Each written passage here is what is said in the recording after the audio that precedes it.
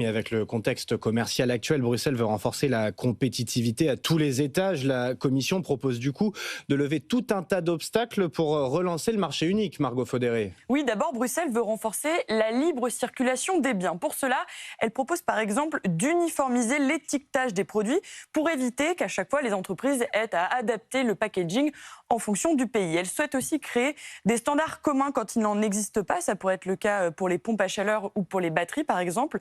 Et puis la Commission veut aussi s'attaquer à toutes les normes nationales qui sont susceptibles de freiner l'accès au marché de certaines entreprises venant d'autres pays.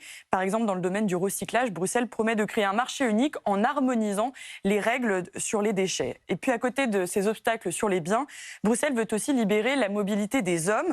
Aujourd'hui, il existe près de 6000 professions réglementées en Europe. C'est le cas par exemple des ingénieurs ou des kinés. Et donc la Commission souhaite supprimer certaines de ces règles qui, en l'état, empêchent les travailleurs de passer les frontières. Alors en fait c'est simple, hein, Margot, la Commission elle applique enfin les règles préconisées par le rapport L'État et le rapport Draghi. Effectivement, et la guerre commerciale a sûrement accéléré cette application puisque les barrières non tarifaires entre les États membres plombent littéralement l'économie européenne.